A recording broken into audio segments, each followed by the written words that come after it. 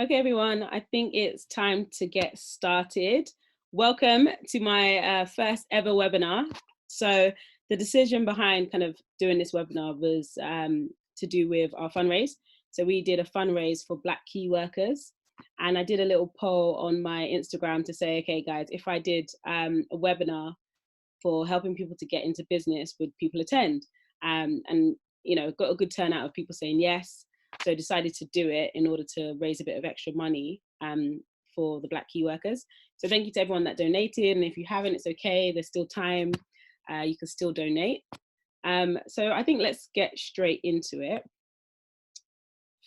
So in terms of kind of, you know, a bit about myself, the itinerary of today, I will go through it in this whole presentation. We're going to learn about how to grow your business with 5 simple steps. And the reason why I decided to do 5 steps is because I realized that along my journey, there was things I used, or there's a way I did it to get BYP Network to where it is today. And I think a lot of people don't really know about that or know how to make sure the basics are in place before you try to grow or scale a company. And I think that's what I was able to do with BYP Network. So again, I want to thank you all who filled in the questions. So where are you on your entrepreneurship journey was the first question. And again, a lot of you said idea generation or no experience at all. There was a few people who had kind of website/online experience, but nothing further than that. So it's kind of nice to know who needs this versus me just assuming that everyone's on the same level. You also decided that you'd like to kind of hear about everything. So that's also good to know. In terms of itinerary, so I'm going to spend about 15 minutes talking a bit about myself and the background and my journey into entrepreneurship. That's quite important so that you guys can kind of understand my different stages to entrepreneurship and the mindset behind why I started BYP Network and the vision for it to continue going. I kind of already said the audience breakdown. And again, the fund, you guys can donate. I'll make sure I send a link along with the recording of this webinar.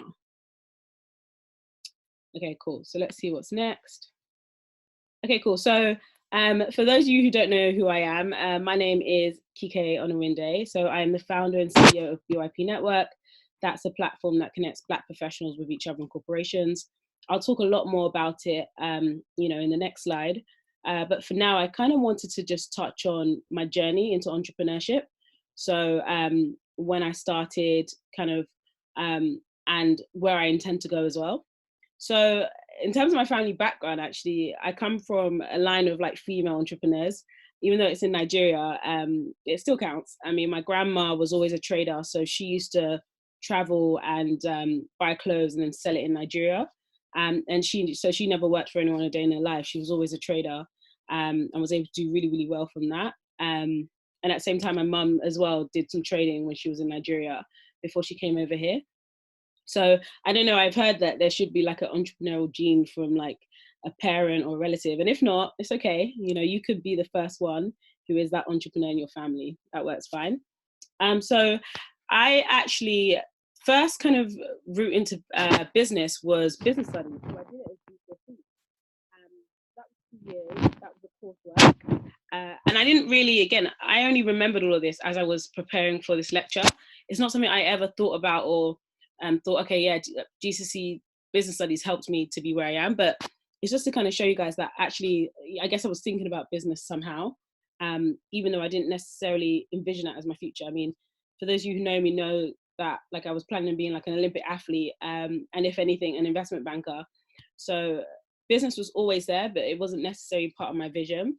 But I guess that business studies in secondary school, it just introduced to like, you know, limited company and all that stuff, very minimal stuff, but still it got me in the mindset. And I actually decided to study economics at university because I liked business studies and I liked maths, and I saw that as the middle ground. So that was like my first introduction. And then when I went to sixth form, in my second year of sixth form, it was entrepreneurship week, and an email went round saying that they'd like the sixth form to enter a competition at the Institute of Directors. And for those of you who don't know about it, it's just where like all directors of businesses sign up to, like a members club basically. And they were doing something on entrepreneurship week for London schools. and we had a week to kind of come up with an idea, brainstorm, and pitch at the event. And the idea that we came up with was, it was called Help at Hand. And essentially it was the ability for peer-to-peer tutoring. So like the reason I remember I was like fond of the idea because maths A-levels was so difficult, but I had like some really intelligent people in my class and they helped me, do better at maths. And so it was kind of like, yeah, peer-to-peer tutoring, that makes sense. People can earn money helping their peers. And the pitch went really well. We came second. But I think the main thing about that competition at the age of 18, it just showed me kind of like that vibe of brainstorming an idea, working with other people, doing a business plan and pitching and presenting. And actually, I remember that was probably the beginning of my entrepreneurship journey, or like the desire to be an entrepreneur. So at the end of that event, there was actually two people that came on stage and talked about them as entrepreneurs. One guy who has like a video production company, and a woman who had like a jewelry line. And it just looked amazing. I remember just thinking like, this is incredible. Like, wow, I'd love to start my own business. And so literally like came home that day, called my best friend, and I was like, hey, we need to start a business together. We have to do something. I just went to this amazing event. Let's start a business. So we started a clothing line, and it was essentially helping the everyday person to wear African clothing. So like this top right now should have like, the material, the anre material on it. And the vision was huge. It was like big vision, and that's important for entrepreneurship. You should always be ambitious with it. That's how it grows. So we were kind of like thinking we'd be like the top shop for this style of clothing, so much that we didn't even want to have our clothes in Topshop because we're supposed to be the next Topshop of, Ankara. But that journey was so difficult. I mean, like, we were 18-year-olds. We had no clue. We had no support system. All we had was a big vision, but we didn't even know how to like make the clothing or products. We knew nothing. And it was actually quite a difficult journey because we were so excited about the business that we talk about it a lot, like tell everybody like, oh my God, we're starting a business. This is what it's going to revolutionize the world. But we didn't actually ever really produce a business. Like, we just kept on being in maybe idea stage, or like not actually knowing how to sell. It was really like frustrating. And that lasted a couple of years, like even up to, I think, second year of uni, where I had to make a decision to basically drop, like not be part of it anymore. So even though it was 2 years, it was 2 years of like thinking about like being an entrepreneur, doing your own business without actually materializing anything. And it was really difficult. So, I kind of put that to bed, entrepreneurship. That was like, I got the spark from the event. 2 years later, nothing happened. So I can't really say I did a business. It was more like an idea that I spoke about for a long time. And so essentially, but what was interesting about it is that because it was still at uni when I had the business, I went to the innovation center. So I studied at University of Nottingham, and they had a new innovation center, which was all dedicated to entrepreneurship. And that was so good because, again, we pitched there, we, got access to different things there.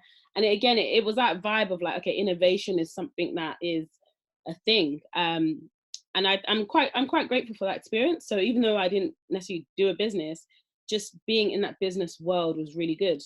And again, I say all this because it's so important for anyone that wants to start a business to get business knowledge or to be around entrepreneurs, whether it's going to events like webinars like this one, for example, or just doing a lot of research to understand like what your goals are, or what support is out there. And that experience of doing that clothing line did that for me. But funny enough, that was that. I put that to bed, didn't even think about entrepreneurship. It wasn't even part of my goals for the future. My future goals was, like I said, my sports. I was a GB javelin thrower, as well as like doing banking. So I interned at a lot of the top banks. But I didn't actually like banking, so that was kind of dead. So essentially what happened next was I got a full track and field scholarship to the University of Florida to do my sport. And I decided to do a master's in management versus finance because I kind of made the decision that I wasn't going into finance. And that MSc management course had a range of topics and subjects, including entrepreneurship. But again, I didn't choose it for entrepreneurship. I just chose it because I didn't really know what masters to study. And actually in that course, entrepreneurship courses or topics, that was my highest grade. So I always did really, really good on anything entrepreneurship. And I remember like coming up with different ideas for the courses. Like, again, it was always to connect people. That was always ideas that I had, because I'm someone who loves connecting people, loves plugging people. And I always felt like there's better ways to do it. But that was just for the course. It was nothing, again, me thinking I want to be an entrepreneur. But again, I'm showing you that I had business knowledge that I was able to gain from those courses and understanding, even if it's not something that I was taking in. And then basically I came back to the UK, started working in fintech, you know, living my normal life. And then that's where the idea of BYP Network came from. And again, before I go into what BYP Network is, the key thing is when I started BYP Network, I knew I needed to be part of an entrepreneurship community, like full stop. And that's how I can link that back to my time at the Institute of Directors, because of my time trying to build that clothing line and knowing that it was futile and that I had no clue what to do. When I started BYP Network, I knew that, okay, I need to join some kind of community to learn what I need to do versus just jumping into it. And that's what I think I really want to get across today, is that, like, no matter where you are in this journey, keep getting business knowledge. Don't stop. Don't let people lie to you that, oh, you don't need business knowledge, you know, just make it up. No, get business knowledge, speak to other entrepreneurs, find out what else you can do. Even now with BYP Network, we are part of the New Entrepreneurs Foundation. Well, we're alumni of all these programs. The Mayor's International Business Program, and also we got on to the London Stock Exchange Elite Program. And that happened just at the end of last year. So, like, again, continuous learning is super important. So this, well done, because this is, you know, step one. But don't stop, just keep learning. So for those of you who don't know too much about BYP Network, so I started it in 2016, so just over 3 years ago, end of 2016.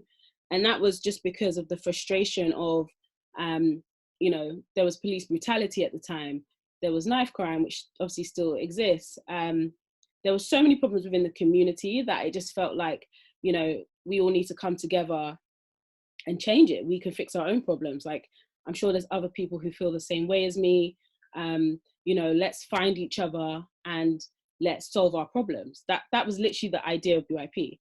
And so, you know, right now we've been fortunate to grow it to a network of about 45,000 Black professionals. We have an online platform, which you guys obviously registered on to be on this webinar. We've been fortunate to be featured in a lot of press, such as BBC News, Forbes, etc. We work with a lot of top organizations, helping them connect with Black professionals. But most importantly for us, it's all about our members, like getting the most benefits as possible. So, you know, we have a newsletter, we have a podcast, we have blogs. So it sounds like we do a lot, but for me, it was kind of like the key underlining thing is, how do we connect this community, like, globally? How do we bring them opportunities? How do they themselves see representation so that they know they can achieve anything that they want to? And our conference was one of those steps of kind of like, hey guys, you know, these are all Black senior leaders from different industries. Like, you know, see how they've done it, and you guys can do the same. So obviously this year with the whole coronavirus, sadly we can't do our conference, but you know, there's always next year, so it's fine. I think the key thing now is, like, for this webinar is I will bring in BYP Network throughout it. So just to give you an idea of what I did to start and scale BYP. So with every step that we talk about, I'll talk about how that related to me starting BYP Network. And again, as I said, if you have any questions whatsoever, just do it in the Q&A, and I will get to it. So if I don't get to it within this next 45 minutes of me talking through the steps, then I will get to it in the Q&A at the end. Cool. Okay, so the 5 steps to launching, let me just check if anyone has any questions. Okay, cool. Okay, cool. Okay, so, and I hope everyone can hear me well as well. So there are 5 steps to launching and growing your online business. First step is idea generation and research. Secondly, it's registering and setting up the company. The third thing is social media and branding. Then it's sales and marketing, then growth. All super simple. in terms of breaking it down. And I hope everyone's got, pen and paper, and they're able to kind of really take note of everything that I'm saying. This is literally how I built BYP Network. So anyone has any other questions to ask me, or to, DM me or anything, and like, hey, how did you start BYP? I will just send them this webinar, because like, this is everything that I did. There's nothing here that I didn't do. And I think that I'm happy to be able to give this knowledge, because I'm someone who's just, head down. I'm just always working, and I don't even realize what can be given. So I hope that this is something that people appreciate. Leave feedback at the end. Anything I could have done better, just let me know. I'm all about feedback. So cool. So let's get to it. So the first step is idea generation. And like I said, most of you on this webinar are actually at that stage. So what that might mean is that you have an idea. It could be an idea that solves a problem. It could be an idea that maybe one of your friends told you about and you guys want to co-found it. It could be any idea whatsoever, but you're stuck there because it's like, okay, well, I have this idea, but now what? I don't really know what to do. That's completely fine. So first step is research. Research. So when I started BYP Network, when I had the idea, I told a few friends. They were like, that's a great idea. That sounds amazing. Like, yeah, definitely do it. And that was already a great sign. Okay, my friends think it's a good idea. But then I left it because it's like, yeah, it's an idea. I didn't say I was going to do it, but yeah.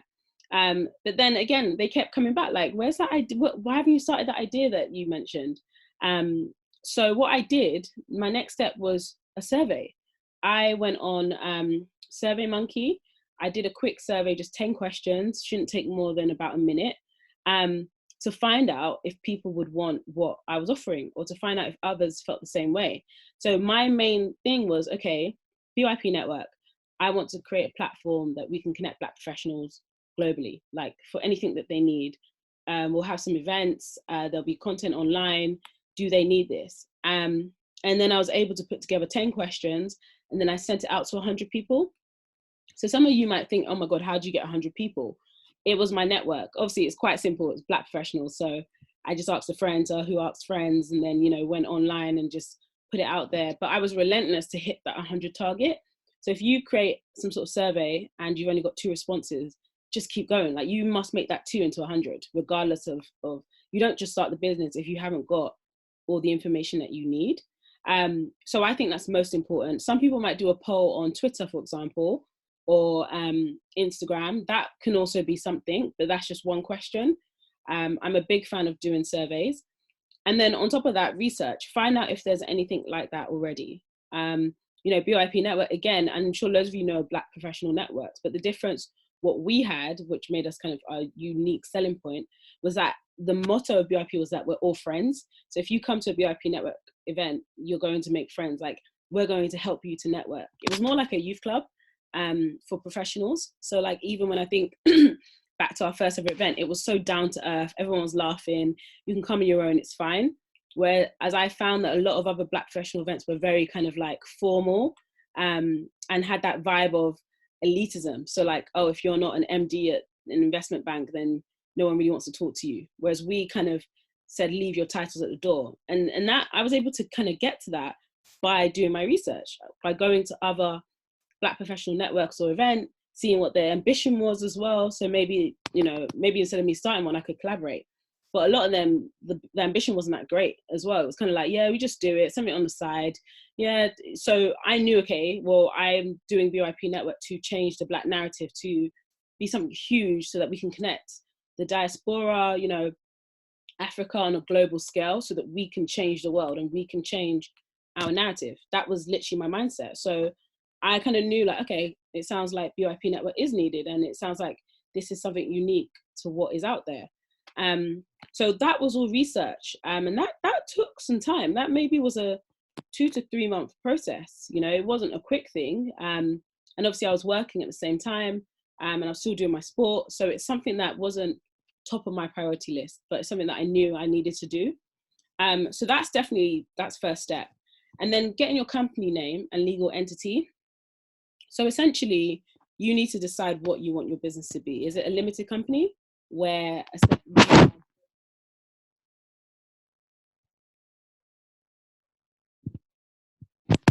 Not too sure what that is though. But there's loads of different options.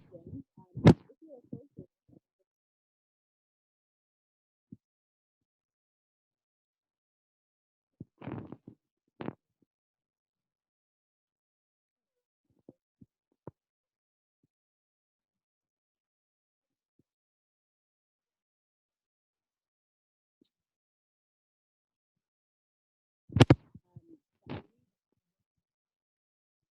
social profit, because I felt like actually if we make a profit and we make a lot of revenue, we could put that back into the Black community. Maybe we can buy Black businesses in the future, we can invest in Africa. You know, if you think big and you're thinking the reason this company is here is to change the Black narrative, then we as a company need to be that too.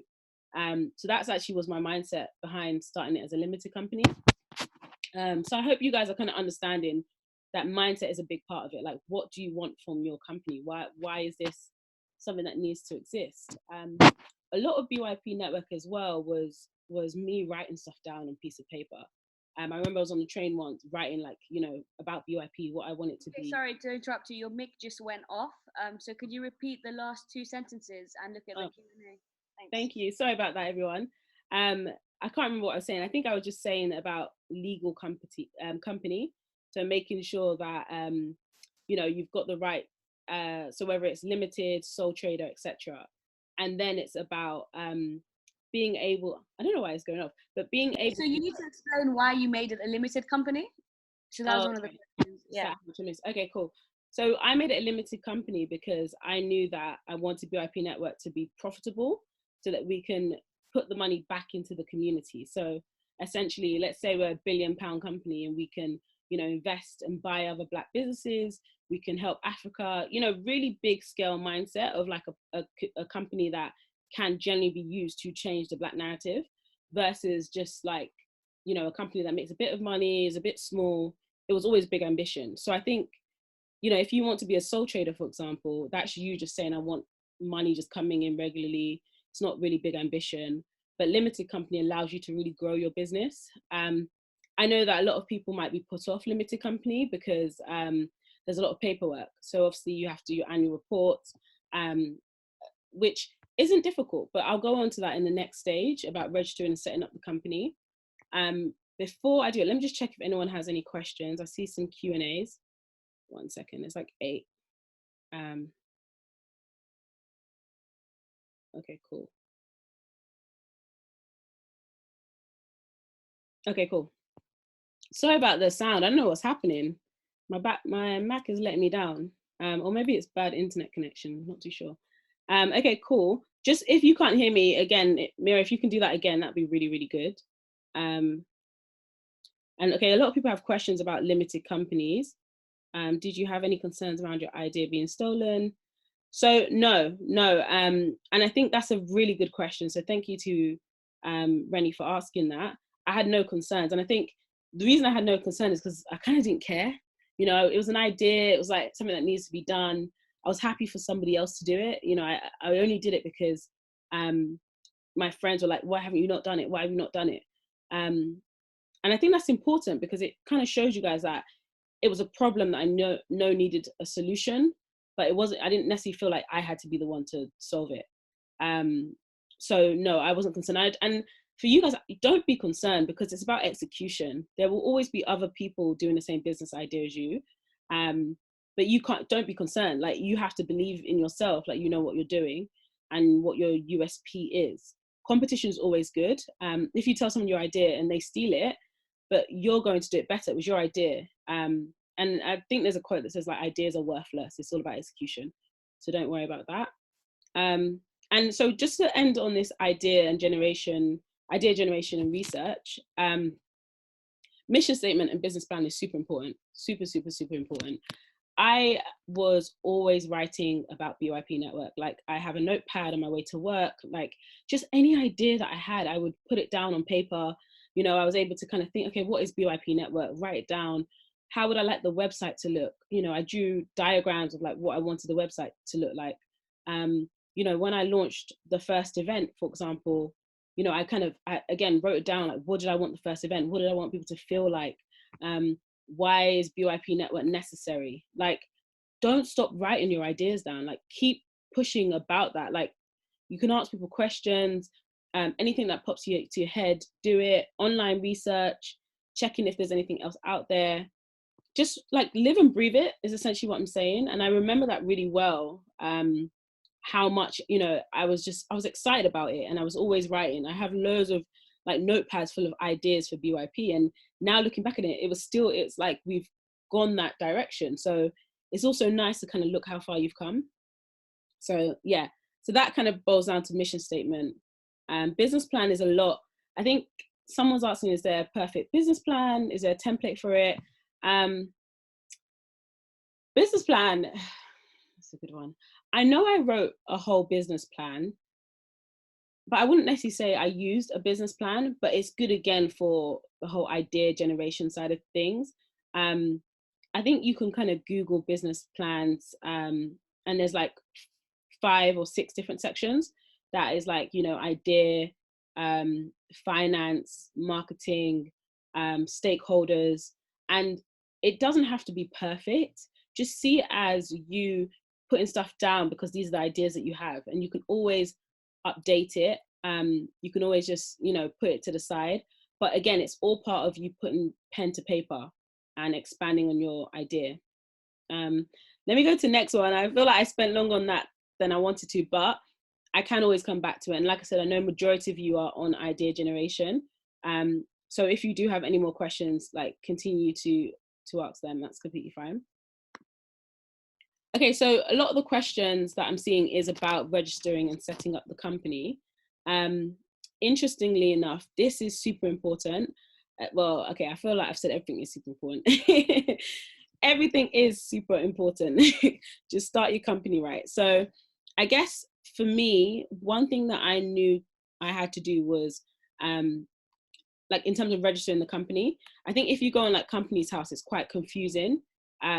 So what I recommend to everybody who wants to do, everyone who wants to kind of do a limited company, so I can only really talk about limited company, is use Companies Formation. So it's a website, just Google Companies Formation, and they help you to set up your limited company. They, I think it's a one-off charge, and that's where everything's in place. So your accounts, articles of incorporation, share certificates, like everything that you need is on that platform, versus doing it yourself on Companies House. It's just a bit of an extra charge, but it makes total sense. And they remind you when your accounts are due.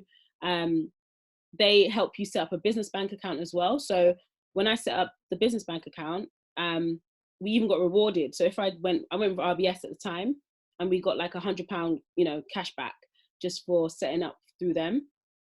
So the name is called Company Formation. So something like that. And I recommend that. Don't just go on Companies House and set up. And some of you might have already done that. That's fine. I think even if you've done it, you could still register on that platform. In the years of doing BYP Network, things have been so seamless in terms of like documents and stuff, because Companies Formation handles a lot of it. And then with that, sorry, let me go back.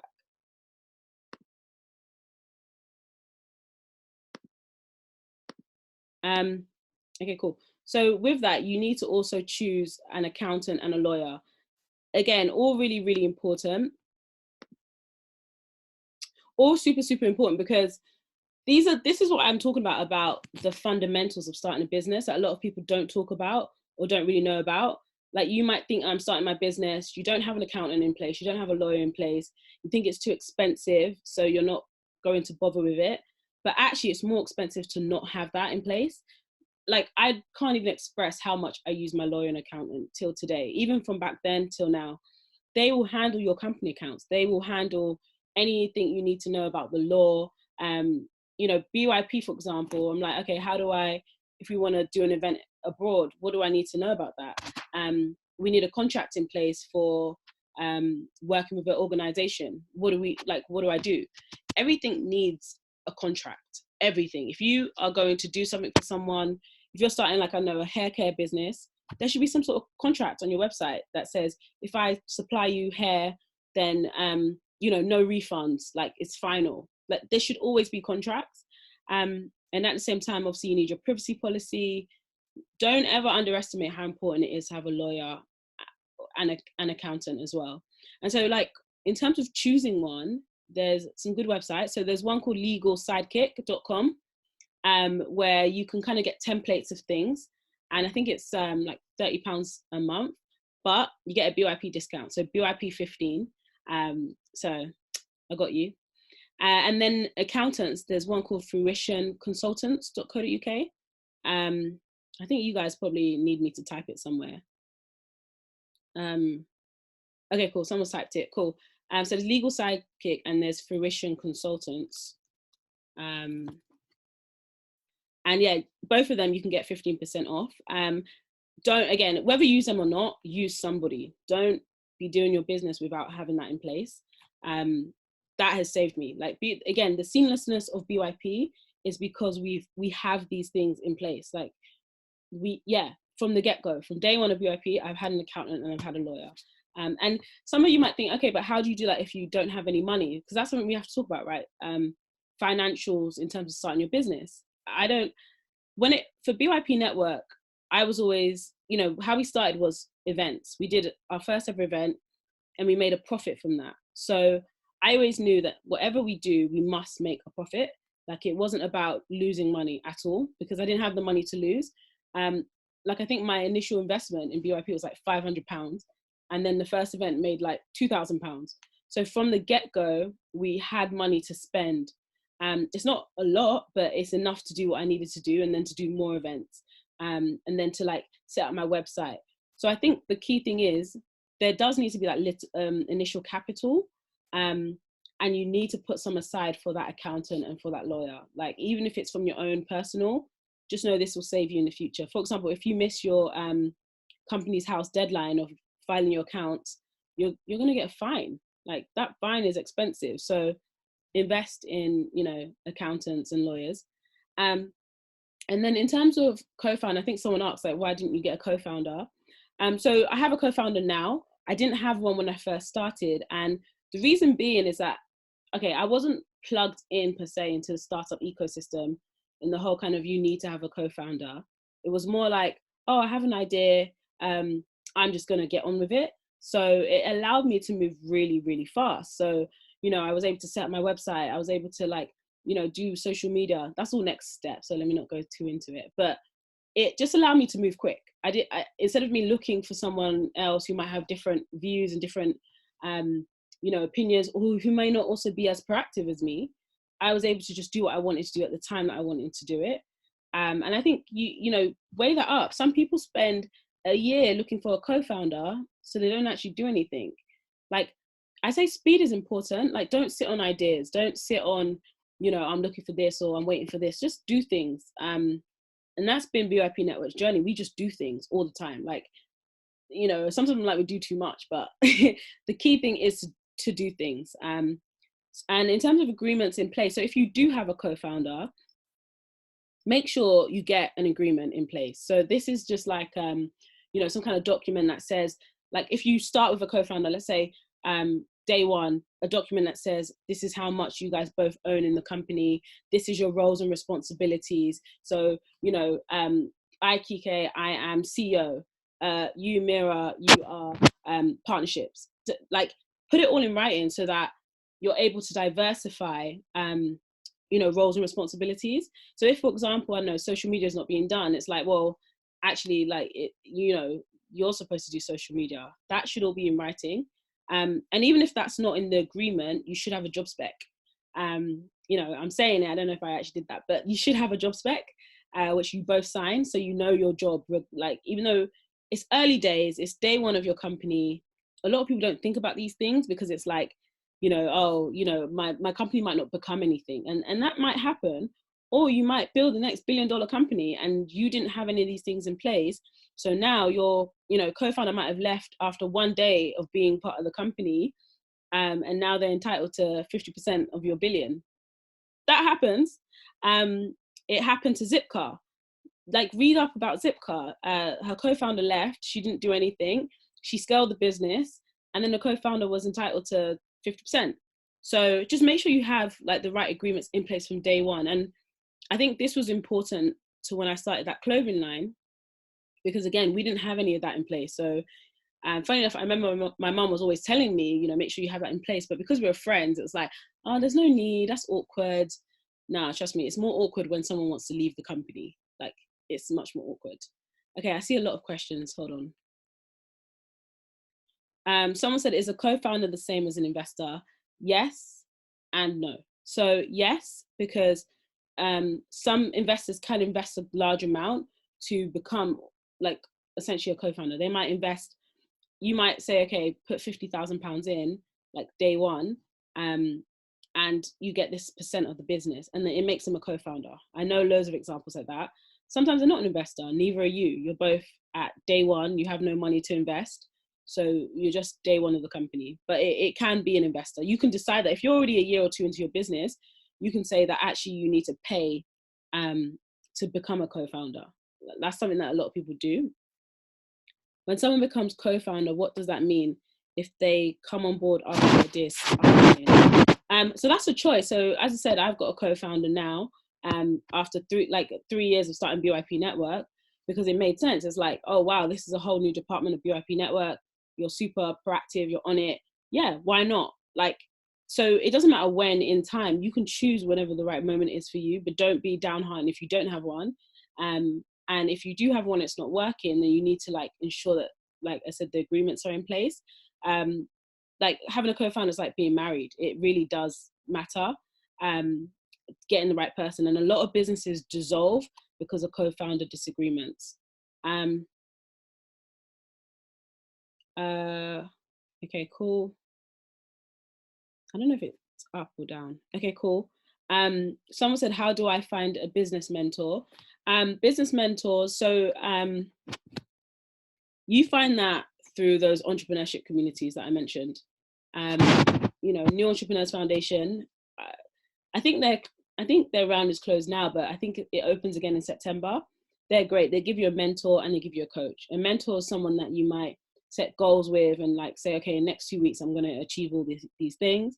Whereas a coach is someone who's like, how are you feeling today? What could you have done better? So they're two very different things. And I advise getting both of them because, you know, I've always had that. I've always had a mentor and I've always had coaches like throughout the whole journey of BYP Network. And it's good. You're speaking to people that maybe already have business knowledge or just want to see you succeed.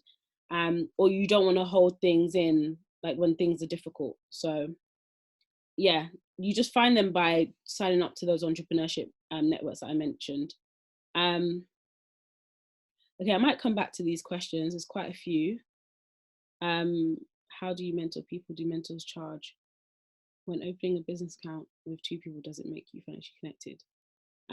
Okay, cool.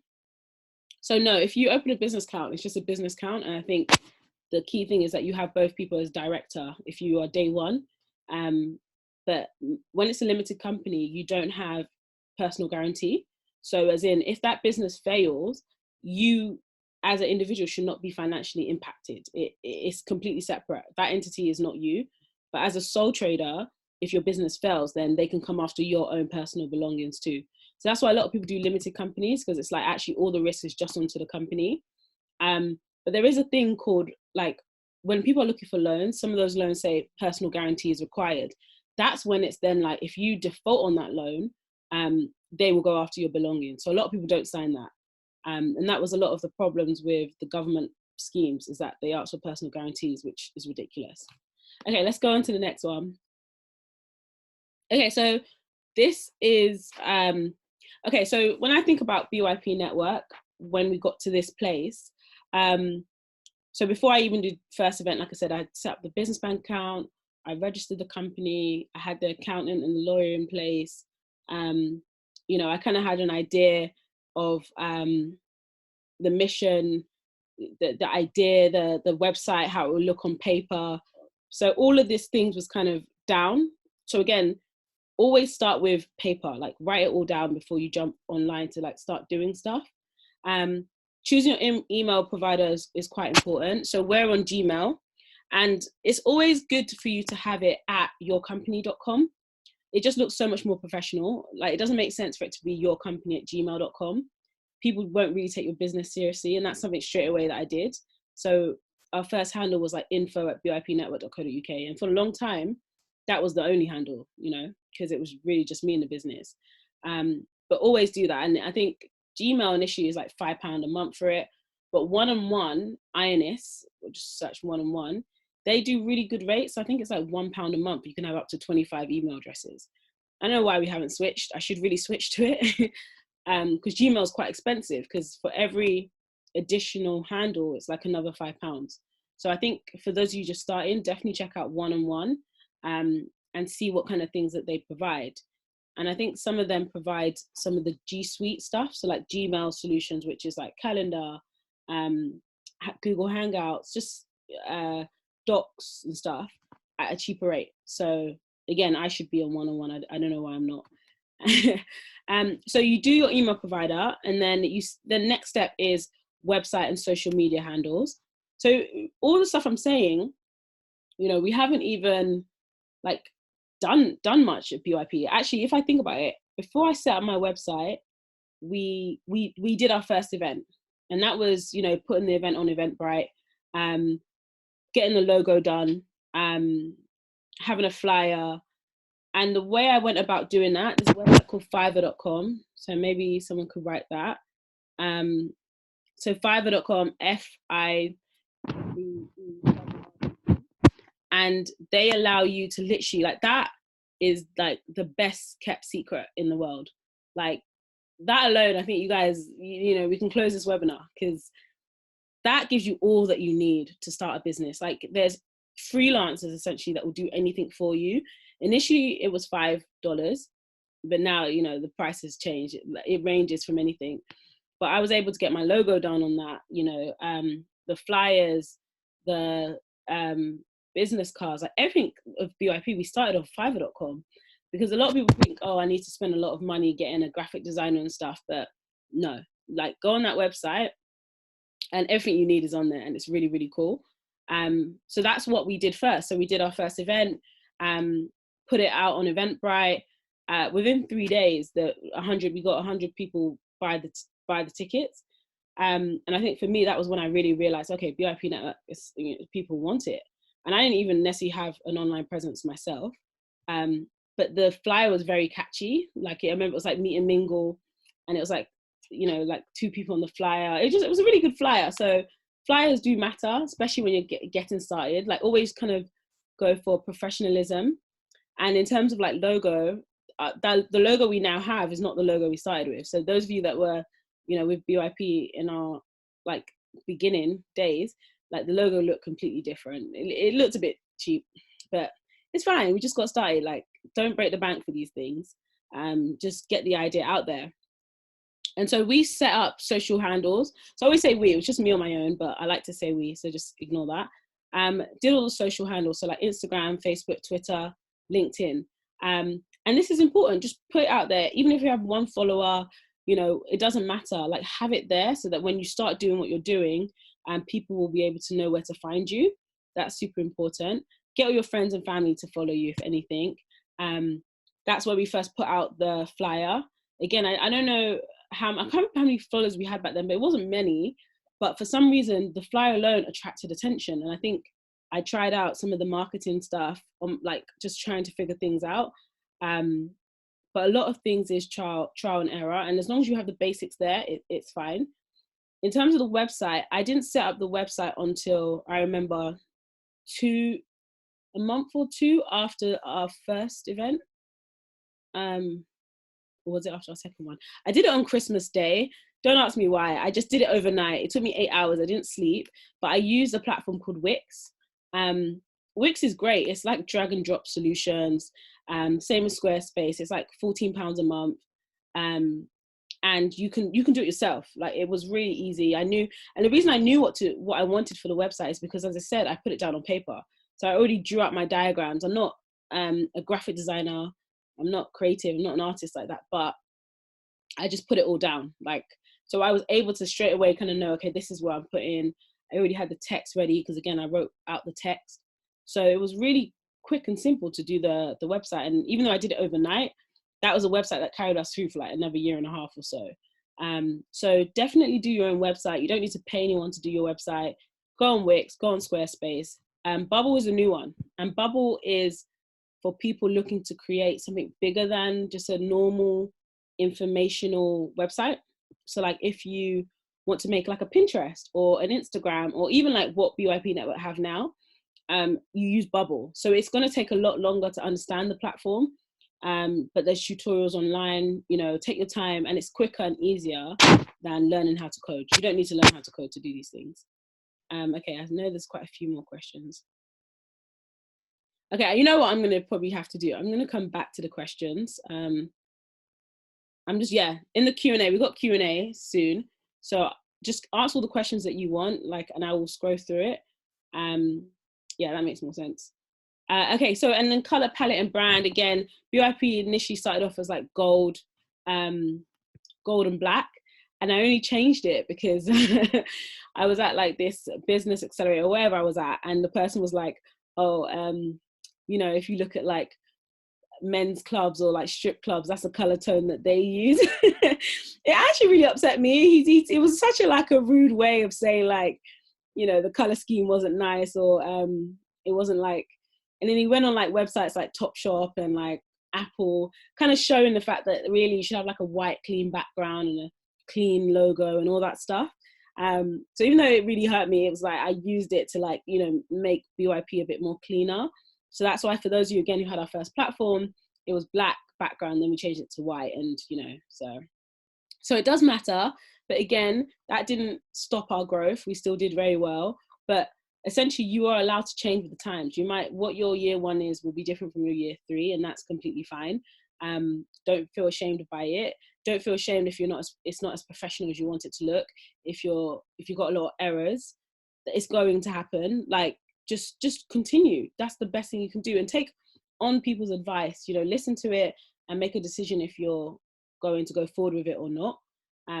I feel like that's what's happened with us. Like we've changed. So like BYP started off like networking, socializing and dating, but we got rid of dating and socializing and made it just networking, because we realized that people had different intentions. I might want to network with you, but you might want to date me.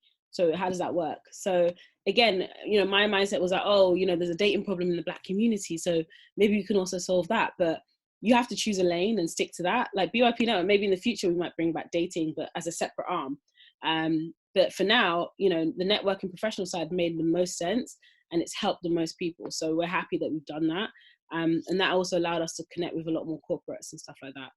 Yeah, I think that's it for this slide. Logo and images, I touched up on that. Okay, cool. So step 4 is all about, you know, sales and marketing. So this is how you sustain your business, essentially.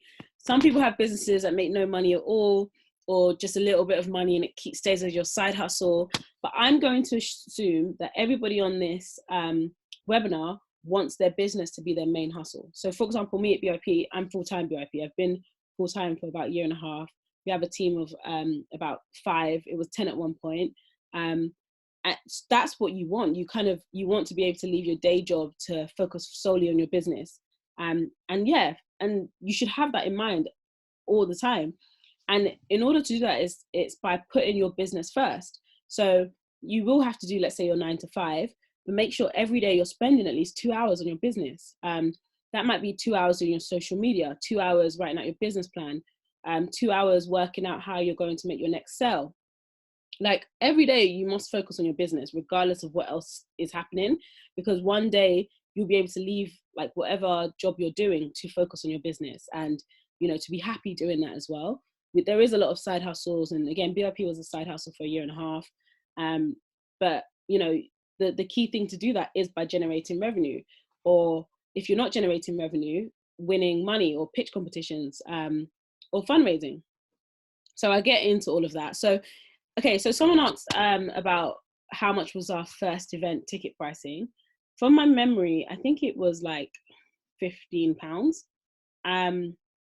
which was quite bold. considering we never did an event before. But I think because of how unique it was, people were really down for it. And that's why we were able to make so much money from the first ever event. That allowed me to like really keep investing back into BYP. So again, I don't know what businesses people have. Maybe you might want to write it in the comments or Q&A so I can use it as an example. But let's just say you have like, again, a nail, like a wigs business or a nail business, or some people might just have like a consultancy type of business. You have to think about how you can make money and what would make people pay. So again, research is important. Find out, will you pay for this? Actually, in our survey, we had a question on how much would you pay for this? So maybe that's why we charge £15. So again, in your survey, you can ask people, how much would you pay if I was to put on this service? And at the same time, it's trial and error. So you might charge, I don't know, £50 for a wig install, but realizing that actually, your competitors are charging £100. £50, people be like, oh, why so cheap? And then they don't want to use your business, because there is such thing as being too cheap. If it's too low, people will think that there's something dodgy about it. So you actually do need to strike the right price. And that research of figuring out how much do competitors charge. Maybe if I throw out a number and someone's like, that's too expensive, and you drop it down a bit and they're like, okay, that's fine. And doing that a few times, get into a place where you realize, okay, I can generate revenue. And I think what's important is understand that you must generate revenue. Don't think that, we'll be fine not making any money. I'm going to give everything away for free. Especially as like ethnic minorities, it's really hard to raise money. So some companies can just have an idea, go to like their uncle or go to like investors and be funded. But to be honest with us, we have to prove concept. We have to, really show that this business is viable. It's something that people want. And then from there, that's when you can maybe fundraise. But beforehand, you need to generate your own revenue. You need to grow your company to show, hey, look, I've had 100 customers all paying this amount. That's what will get people interested in kind of investing in you. So that's super, super important. So I guess brainstorming ways of making money from your company, but don't do a company that doesn't make any money or hasn't got a way of making money. And I guess the whole point of this being online business is because online there's marketing, so like Instagram marketing, Facebook, etc. So you can actually just put money into marketing to get money back, essentially. I just want to quickly touch on VAT and company accounts. So VAT, you only have to start paying VAT or registering for VAT once your company makes over £80,000 in revenue. So don't even worry about that if you haven't touched that. Don't even concern yourself, but from when you do, your accountant will help you out. So I won't go into that because you should have an accountant, as I mentioned before. And same as company accounts, it's in your first year, it's due after a year and a half. Your accountant will help you with that. And then it's a year after that. And you should really have a platform like QuickBooks or Wave or one of those kind of management, like finance management systems as well. And that every time you spend, it's on there. You can kind of see what you're spending on. And as soon as company accounts are ready, or it's time to do your company accounts, it's easy. So you need to keep track of everything that you're spending. And it is easy to do so as long as you do it, because you don't want to get to a year and a half and then you need to submit company accounts and realize you have to go all the way to the beginning to see everything that you spent or money that's come in. It takes a lot of time. And in terms of sales process, so if you're trying to kind of make revenue, there are good platforms. So like Mailshake is a good one. Mailshake allows you to get email addresses. So you can get email addresses on, let's say, Fiverr, and this is GDPR compliant. And then you can shoot them email marketing. So you can kind of be like, hey guys, new wig business, 20% off.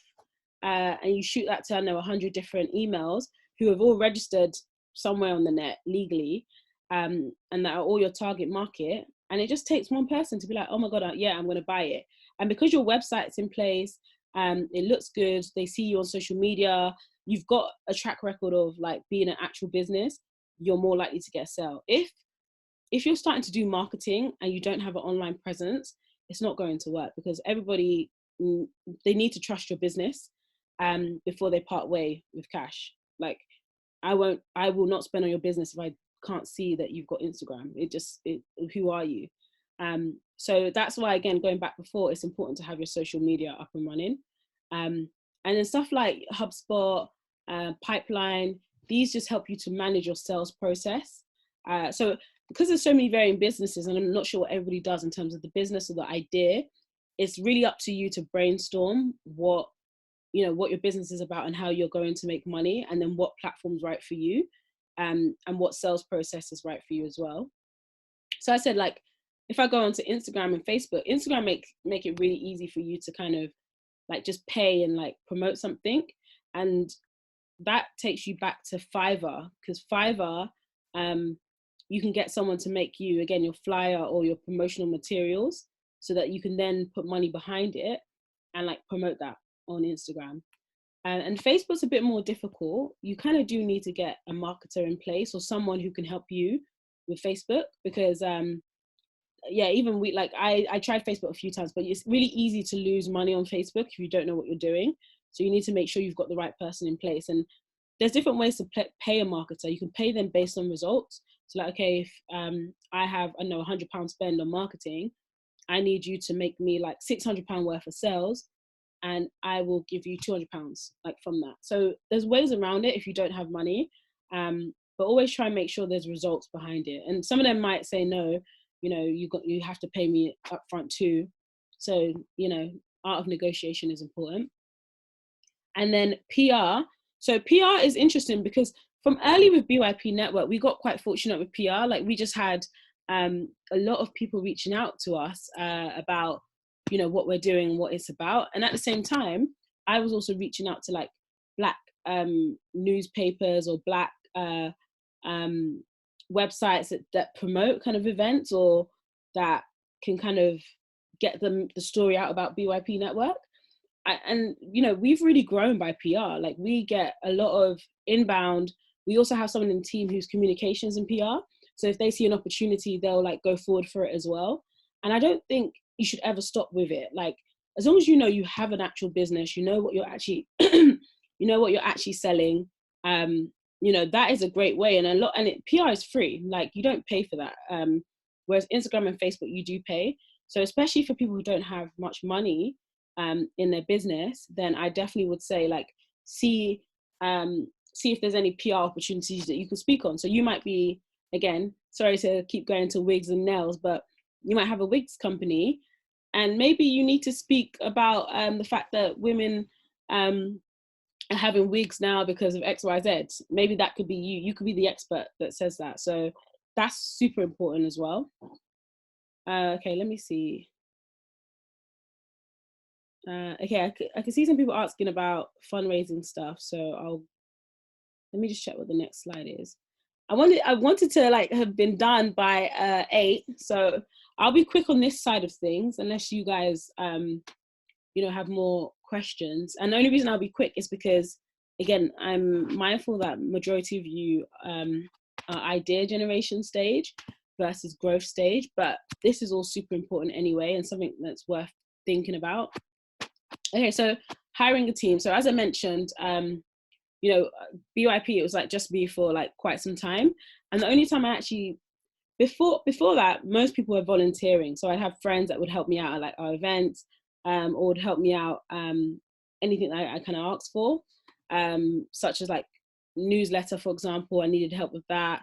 And I had this kind of model as well. We didn't have that much money in the business. So I was able to like pay something. So like, let's say £100 or £200 a month to somebody to help with something. So it's like they only spend a few hours a week helping me, but it's needed. The help is needed, and it's a freelance basis. So it's not anything stressful to do with like PAYE. It was just like, hey, I need you to help me with, I don't know, marketing or communications or social media. And I was able to pay somebody to do that. And you'll be surprised, there's people willing to do it for you, and it's not that difficult for them. It doesn't take that much of their time, but you realize it takes a lot of your time, mainly because it's not your forte. So I'm a big advocate of like, when you can, do pay people to help you. And again, it might not be a lot. It doesn't have to be contractual in the sense of like, you know, government HMRC, but it will help you a lot. So I know social media was one of the first things that I got someone for, because honestly, I was scheduling like 3 posts a day and on Twitter every morning, evening, afternoon. It was a lot. It's very taxing. But as soon as I was able to kind of just pay someone to help do that, like a lot of my time was freed up to do other stuff and to focus on BYP. And one of that stuff is if I jump to applying for grants and competition before raising investment. So so what happened to us after a year and a half is that I applied for some competitions. So one of them was like Sky Women in Technology Scholarship. Another one was called Founders of the Future by Founders Forum. And the other one was part of New Entrepreneurs Foundation. So I was already part of that accelerator program. And they had an end of year pitch competition, which I was fortunate enough to win. So I won that, and I won all the other things. So in like 1 week, we won like £41,000. And if you imagine, if you're going from like working, you know, in fintech, you're doing your business on the side, still doing your training, you're bringing in income, but like maybe, I think at that stage, in a year and a half, we maybe brought in about £30,000 into the company from doing events, which, you know, was amazing for us at the time. Like, oh, wow, like, you know, events are bringing in money. But, you know, the ambition was always greater than that. And we knew, you know, we want to make a lot more money than that. So to win £41,000 in 1 week randomly, well, not randomly, but just kind of like, wow, I didn't know there's money that I can be given to do my business. That was like the stepping stone to like becoming full-time at BYP, realizing that this is a really good idea. You know, we got so much press off that as well. And then that is what set the tone or the scene for us to raise investment, because we got so much attention, including from investors, that's when I first knew about investing or investments. So I didn't know that I can raise money. I didn't, like, no one around me has. I just didn't know about that world, basically. But from winning those competitions and applying for those grants, that now took me to a stage of, okay, I can raise some investment. And I was fortunate because they came to me, I'd say. But when it comes to raising money, it is about building relationships. So by that, I mean, like, you should already be talking to investors, maybe like 6 months, a year. And you might say, like, how do I meet them? Again, entrepreneurship communities, investor communities, like, it's all online. Go on, you know, meetup.com, I don't know, search investment networks, like follow top investors on, you know, Twitter. You just need to get plugged in somehow. And even if you're not saying to them, hey, invest in my company, you can kind of have them as maybe your mentor, or your coach. And then you kind of build that relationship, because you do need to know the people like a bit in advance before you get money from them. It's not as simple as, hey, look at my idea, like, give me money. Because they need to, at that stage, they're investing in you as an individual, more so than your business. So they need to be like, yeah, this person is someone who looks like they're a go-getter and looks like, you know, they'll try their hardest. So yeah, I'll invest.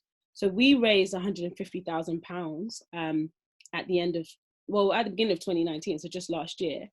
And with that money, that's how I then was able to pay to actually have a real team. So like HMRC, kind of PAYE, you know, partnerships, community, just different members of the team that was needed.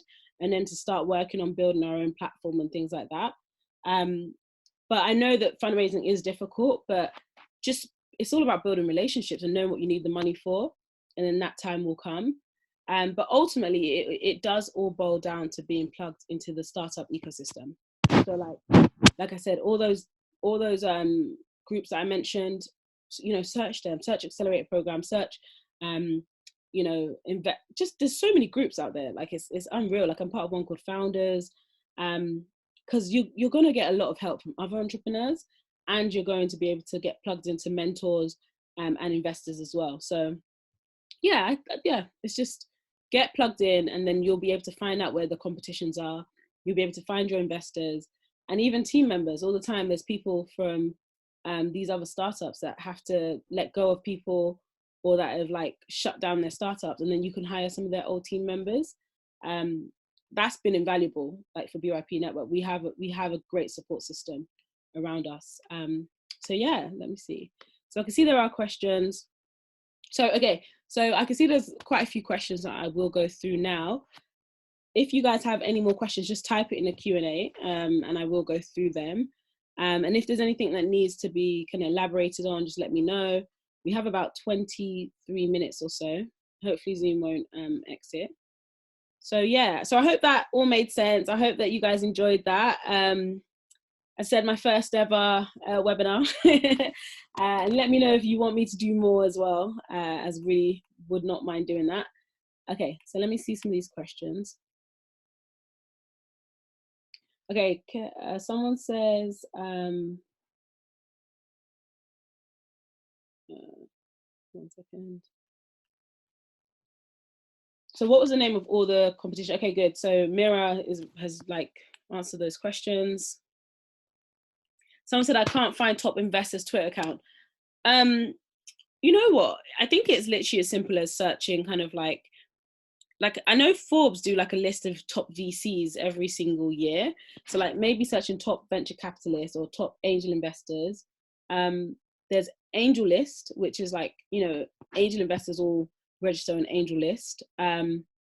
Again, it's about being plugged into just one of those ecosystems, like finding other entrepreneurship networks. You'll be able to find investors, but it's not about finding top investors. It's just about finding investors. So like Y Combinator, that's a great place to start because they have loads of investors on their list, you know, and they invite loads of investors as well. So yeah. Wow, the weather is terrible. There is a copy, we are recording this, so I will send out a recording. What if you have more than one business idea / company? What's your advice? Okay, so if you have more than one business idea, it just goes back to the research element. So let's say one idea is nails, one idea is wigs.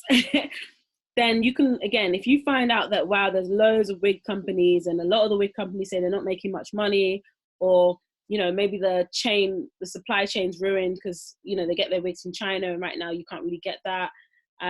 It's about doing a lot of research and then figuring out what do people want. Would they go for your wig company or nail company? Like, but only focus on one business. Like that's definitely the advice I'd give you. Don't do more than one. It's enough doing one business, trust me, for you to now be doing two, because then to me that says you're not really focused. That says that you're not really going for scale. You want to kind of put your all into that one business to grow it so that it can be your main business and you don't have to work as well. But if you're doing two, then you're always struggling. So I'd say do a lot of research and then choose the right one. And you might find out after a year that isn't the right one and you might go back to the other one, and that's completely fine. You know, it's a marathon, not a sprint. That, you know, like some people might hit off after 10 years of doing their business, and if that's what's happened, that's what's happened. Some might hit off after 3 months. Everyone's different.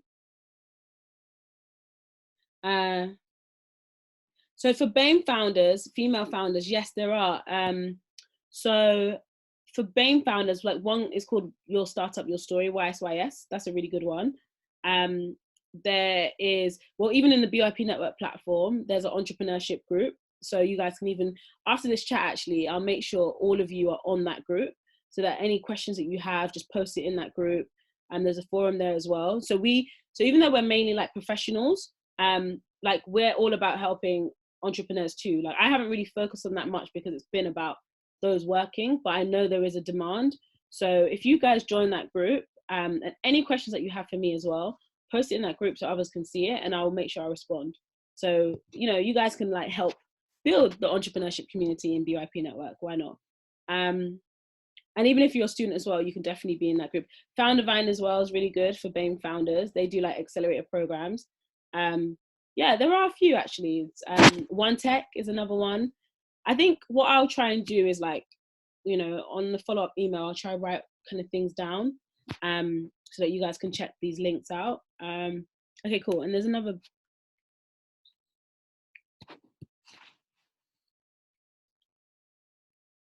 Okay, cool. Someone's asked about inviting VC speakers. We can definitely do that. We have, you know, like I know loads. There's even 10 by 10 VC, which is a group of Black venture capitalists. So that's people who invest in Black businesses. So I think am I speaking on one or Lendo? we can definitely do that. I mean, you guys always throw out suggestions of events you want us to do. Like, we're open to doing it. Whatever can help you guys, we're down. Loss making. So for people who are kind of saying, what about being a loss making company, to show traction of paid customers in order to raise? If it just depends what business you have. That's something that a lot of people do. And I guess why I say I prefer revenue generation is because, again, we are people of color and it's not as easy to fundraise. So, if you've got the money to lose and then you are confident that, you're going to grow it and show traction, then that's completely fine, because at least that can make you stop thinking about revenue, bringing money into the business, and just growth. So that's a normal route that a lot of businesses do. So yeah, that's completely fine. It's just, I don't really like that. And if your business is subscription based, maybe you might have to do free subscription to start off with. But actually, they always say don't ever start off free, because if you start off free, when you introduce payment to the community, they're not going to want to pay. That happens all the time. I mean, one of my friends' businesses recently died. They have like 250,000 members on their platform, that they could not figure out how to make money. So their business has died.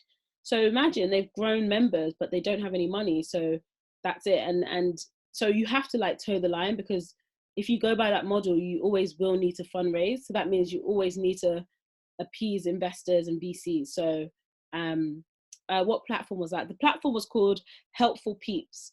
You check it out. Helpful Peeps is a platform that you can kind of say, hey guys, I need a plumber, to come over, and people will respond. But there was no way of making money, so they're literally closing down their business. So I do think making revenue is important, especially as people of color. What's your thoughts on accelerators that charge a fee to help, e.g. pitch deck, prototypes, and put together investor decks? Yeah, I mean, there's different type of accelerator programs.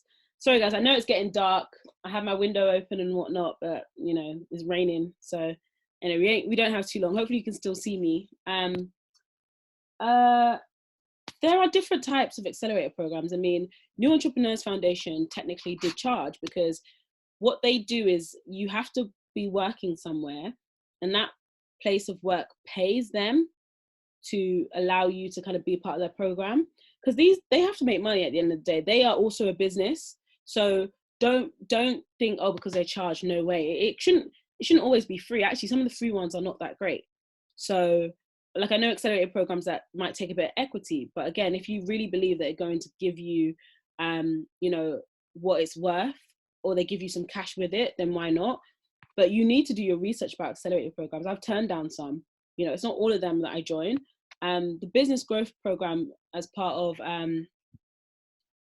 I know some people are raising hands. I don't know what that means, but 1 second. For those of you raising hands, 1 second. Like, if they charge, just do your research. Ask people that have been on it before. Don't just go into it blindly, because you don't want to give away equity or cash you don't have for something that isn't going to be worthwhile. So that does matter. Is there a difference between an entrepreneur and a business person, especially with regards to personal qualities and state of mind when embarking on a business? I don't actually know the question. The answer. I don't actually know the answer, because I feel like I never described myself as an entrepreneur until press did, like Kike Oniwinde, the entrepreneur. I'm like, oh, okay, I'm an entrepreneur. I just saw myself as a woman who's doing a business, or a person doing a business. So I don't think you need to kind of internalize that and be like, I am an entrepreneur.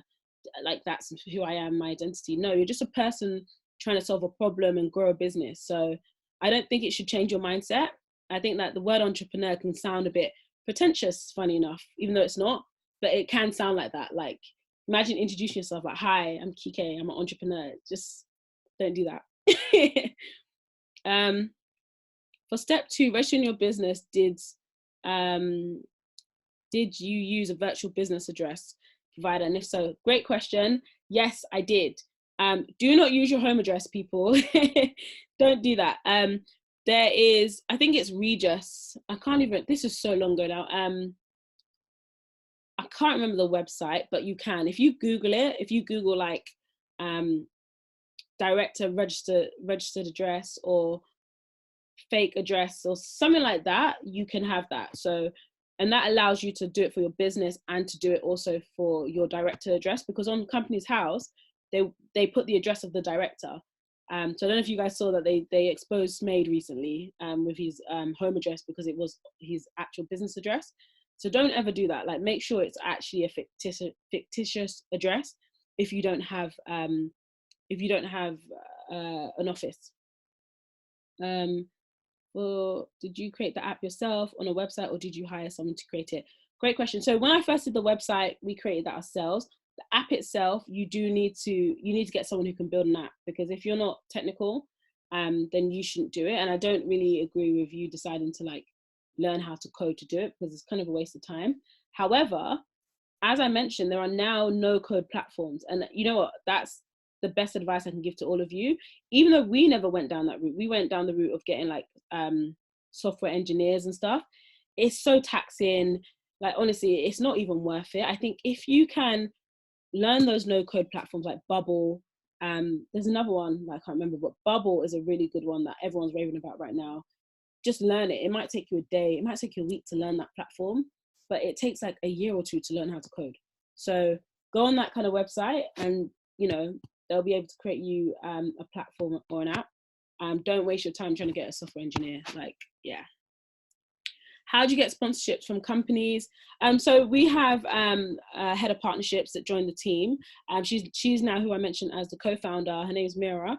And you know, you need a great salesperson. I mean, you can be that person if you know how to sell, but you are going to be super busy doing other things too. So, and sales being super important, especially as you're trying to grow and trying to work with companies, you do need someone who can follow up, who has conviction in charging prices. You just need to know what you're offering the company. Like, why should the company pay for you? Like, what are you versus your competitors? How are you going to manage that relationship long term as well? I think when I remember us first working with corporates, like in terms of BYP, obviously now we work with like Facebook, you know, Accenture, Netflix, Sky. We work with a lot of big corporates, but again, we have a really good set of partnerships. But the first corporate I remember us engaging with was like Morgan Stanley.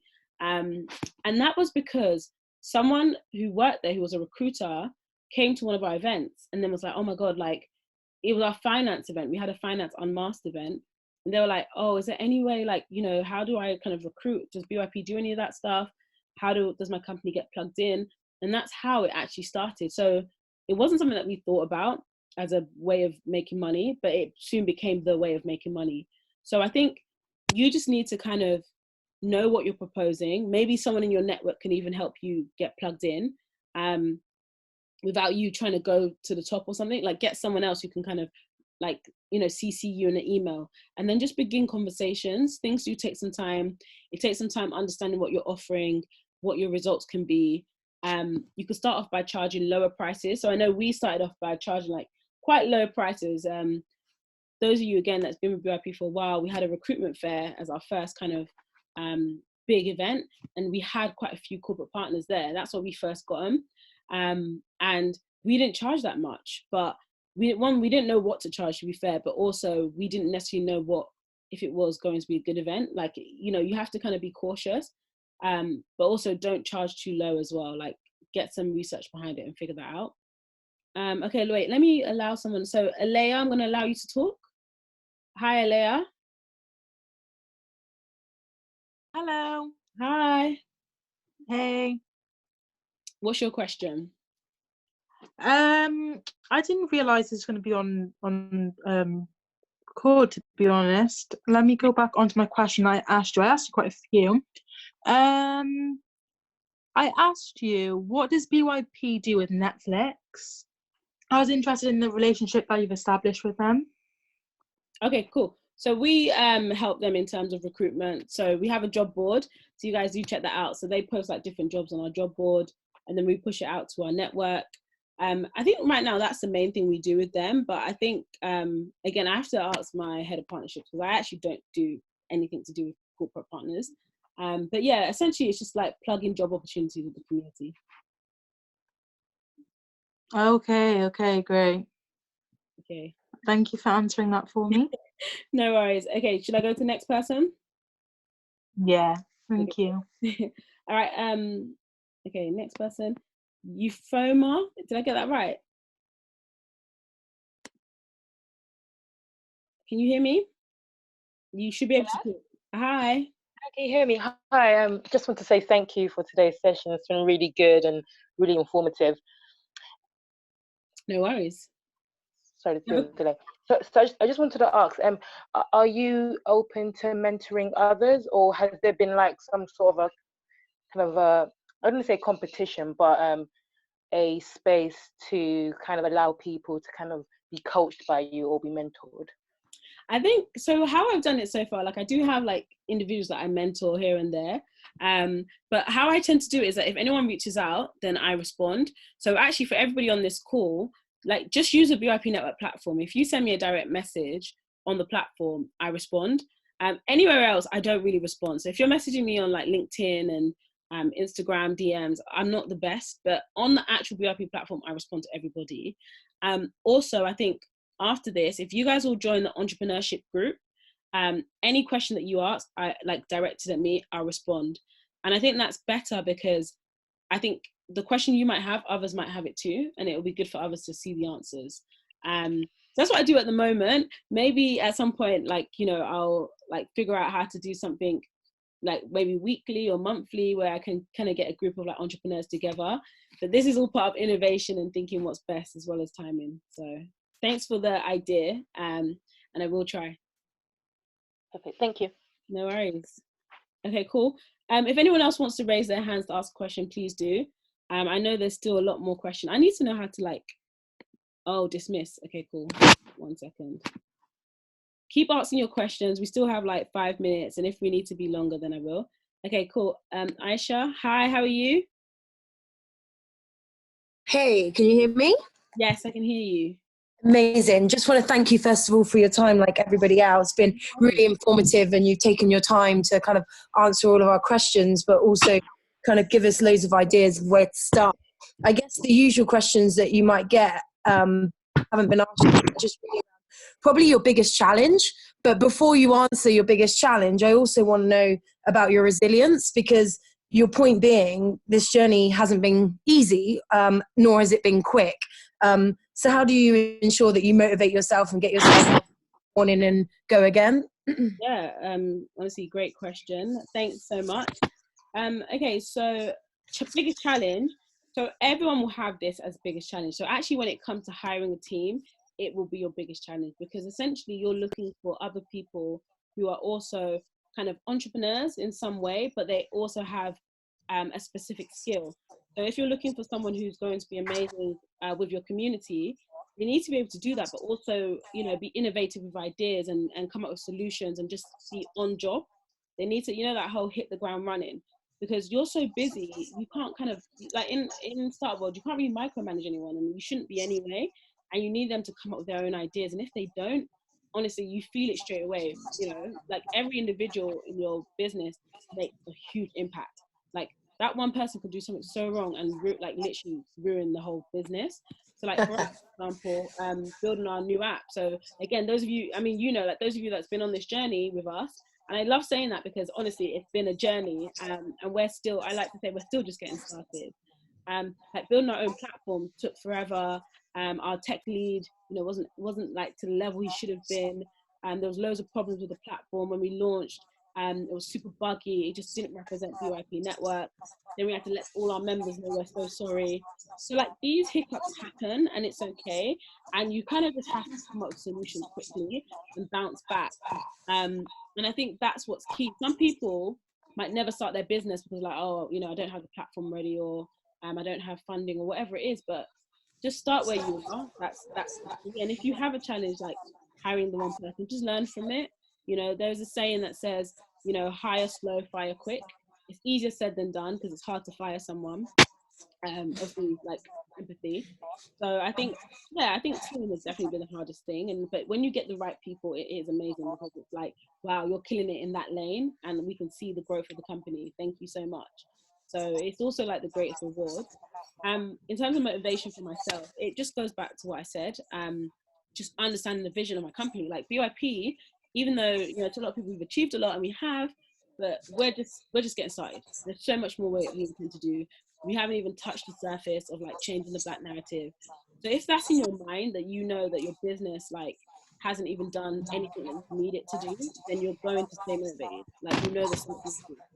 And I think that's how everybody should be thinking. Like, don't ever get complacent. Don't ever, you know, like rest on your laurels and think, oh, I'm good. You know, we made money, I'm good. No, there's always more money that can be made. There's always more customers you can have. There's always more people you can impact. I hear that. I feel like some of it is kind of naturally inbuilt into your DNA around being ambitious and go-getting and challenging the norm and wanting more. I can't teach that. So thank you for answering my questions, and thank you for being so authentic. No worries. Thanks for joining. Okay, cool. So I think that's okay. Cool. There's still so many questions. I will go over like the 8:30 a bit more. So if you do have questions, keep asking. Don't worry. I'm going to do speedy answers. So can you become a limited company later? I'm not too sure, but I reckon you can re-register your business. I think if you're just a sole trader, if you haven't registered your company at all, yeah, you can register your company at any time. So yeah, you can actually do that. Did you have any concerns around your idea? I said this before. Let me just dismiss this. And again, if anyone wants to like ask a question, just raise your hand. I'll like unmute it. Perfect business plan. I mentioned already, just put stuff down on paper. Doesn't have to be perfect. Why and how did you get a co-founder? So I got a co-founder because they were like exceptional. Like, they were on it. They got the vision. They worked hard as well, and it matched my energy. And I think that's super important. Like, even if it's later on, as long as you find someone who's like, you know, you can see like, oh my God, this person is, you know, like killing it too, then why not? But don't just get a co-founder for the sake of it. And if you've got the wrong one, it can seriously mess up your business. Is there a point in setting up companies formation to pay a fee when you aren't generating profit? Yeah, that's where you start. So if you remember my presentation, like before I even did anything, companies formation was the first thing. Doesn't matter if you've made no money. If you're adamant and you know you want to start this business and you will walk forward with this business, then do companies formation. You need to register your company. Like, I'm a big advocate of registering your company first. But just know that you do, you know, be sure you will start this company before you do it though. Because again, going back to that first ever business clothing line that I did, you know, we registered everything, but we didn't do anything. So there's a mixture. How do you choose your lawyer?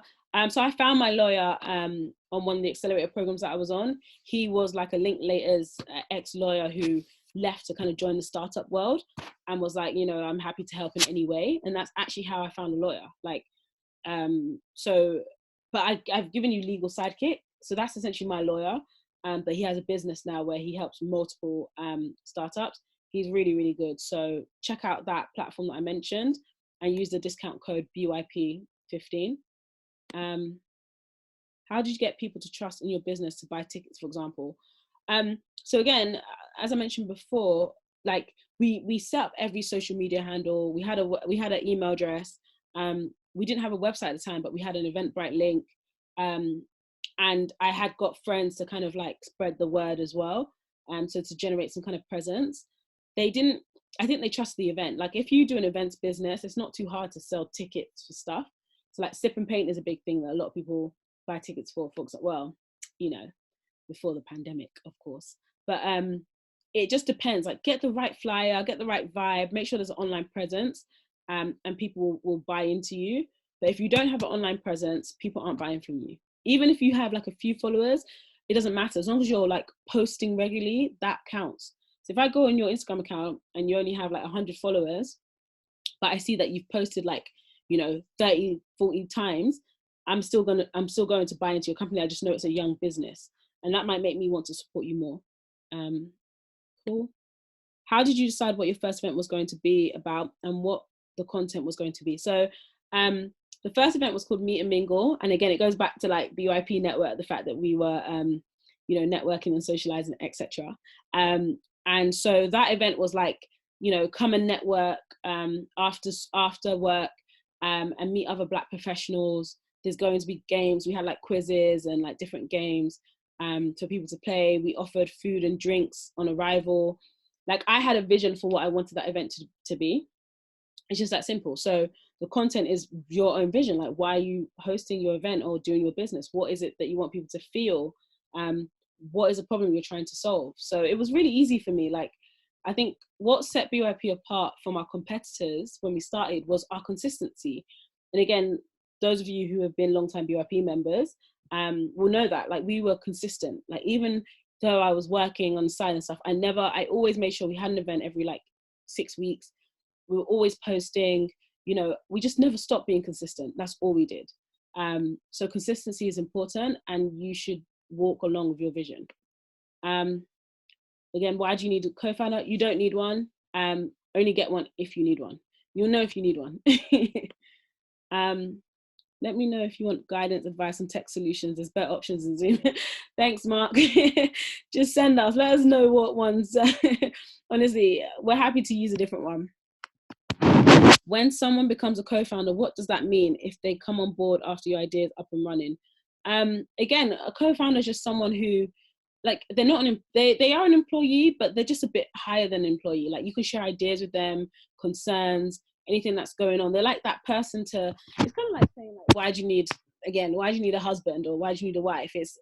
Or you can be single. It's the same thing. Like, some single people want a partner because you had a bad day at work and you can go and tell them, oh, I had a bad day at work, this happened, X, Y, Z.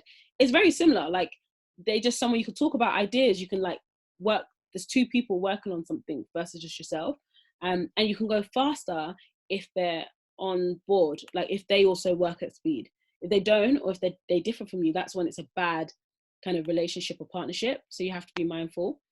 Okay, I answered this one. Yep, I answered that one. That's someone saying, if I mentor people, again, if you guys join the business, the entrepreneurs group on the platform, or you just send me a message on the platform, I'm happy to help you anytime. Like, honestly. Do mentors charge? No, not really. They don't. They do it because they're just giving back. The ones that do charge are coaches. That's a bit different. Coaches is like someone that's coaching you to be the best version of yourself, whereas a mentor is more of like a buddy or someone that like is ensuring that you hit certain things. Okay.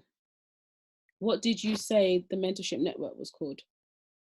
I think that was New Entrepreneurs Foundation. Again, I'll make sure I send more information, like, you know, this recording and then some, but I think that was New Entrepreneurs Foundation.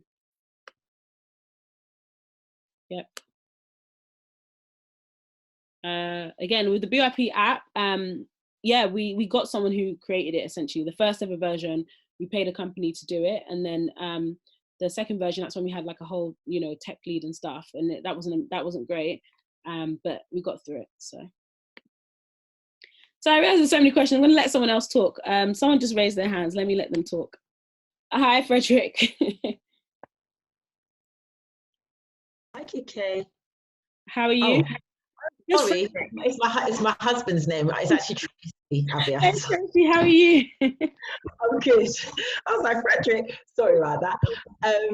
So I wanted to ask just about so I haven't actually been on the BYP site that much, but where can we find this group that you've mentioned? Like, where would it be on the website? Okay, cool. So everyone that's signed up for this had to sign up on the actual platform, so like through the event. So you've got like login now. So when you get onto the platform, there's a section at the top that just says groups, and then there's loads of different groups. So I think literally one of the first groups is entrepreneurs, and I'd say join that group. And any question that you have, so someone just posted a link. Okay. Put it in there. Any question that anyone has for me, put it in that group so that I'll answer it there, and others can see it.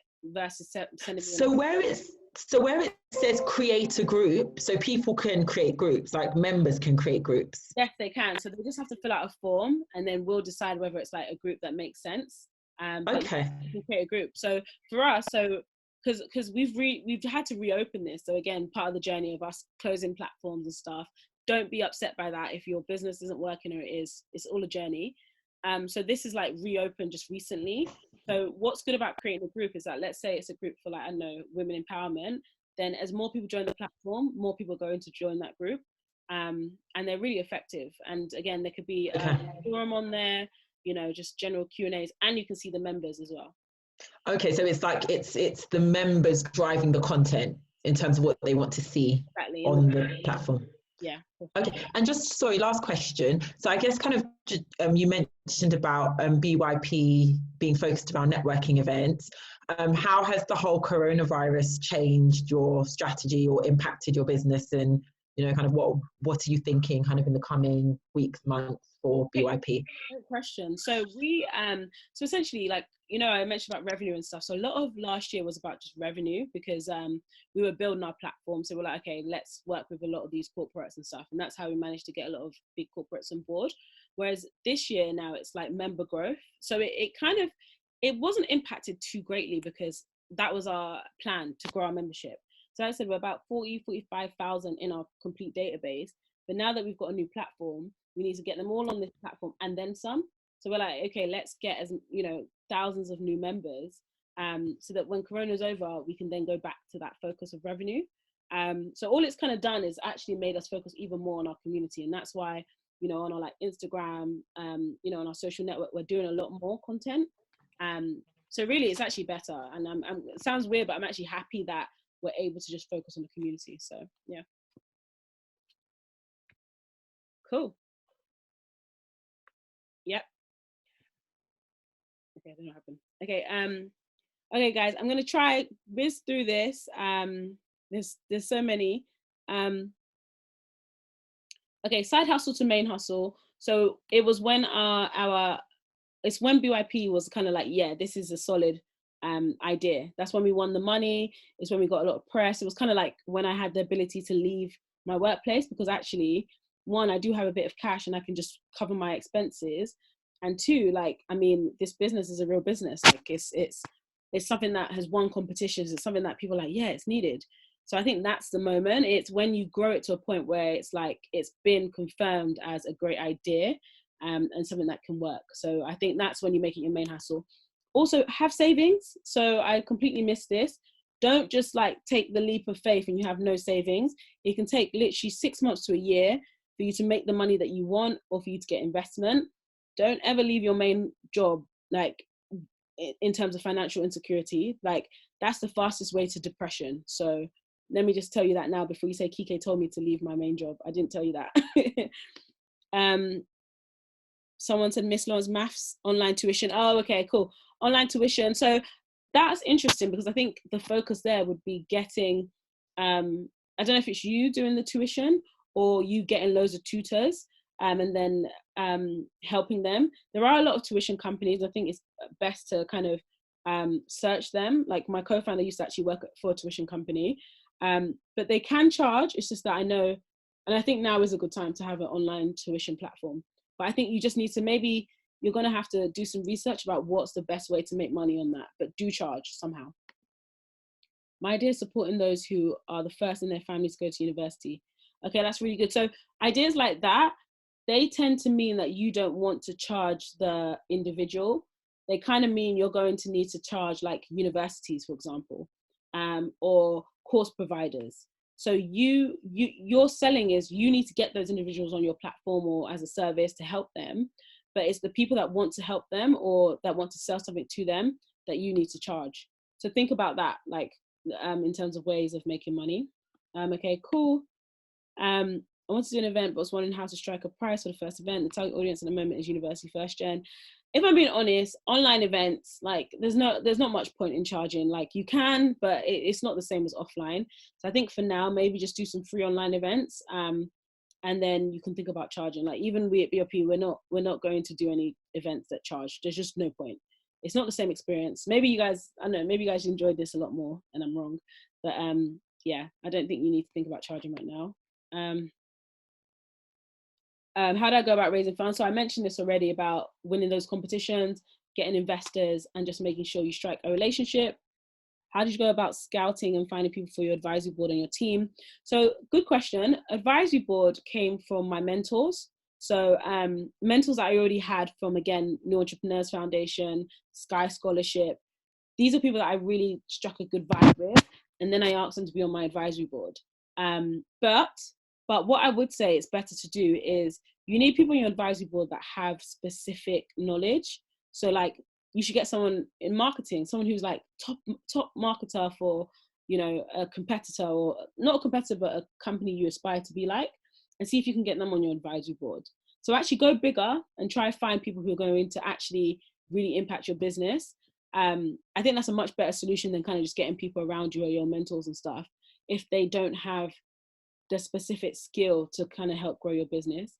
And in terms of team, a lot of those in our team were BYP members, funny enough, and others, so like Mira, our co-founder, I met her through New Entrepreneurs Foundation. So again, it's your network. Find your team member. You know, I don't want to say that because that's the whole problem with diversity inclusion at the moment. You know, white men using their network to get more white men in.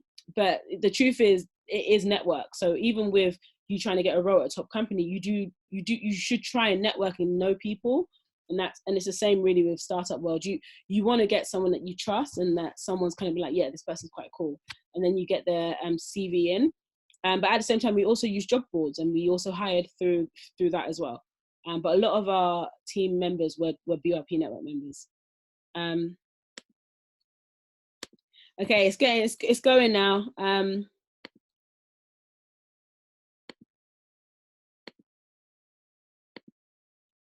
Okay. Yep, Entrepreneur Group is on the BYP Network platform. So not the app, guys. So not right now. It's the platform. So BYP-network.com. So use that platform. The app is going to be back out again, like soon, like in the next week or two. But the app that you currently have with BYP, just delete that. That's not the app. Like I told you, a lot happened. I have to write a book for that one. So we move on. How does BYP Network support startups?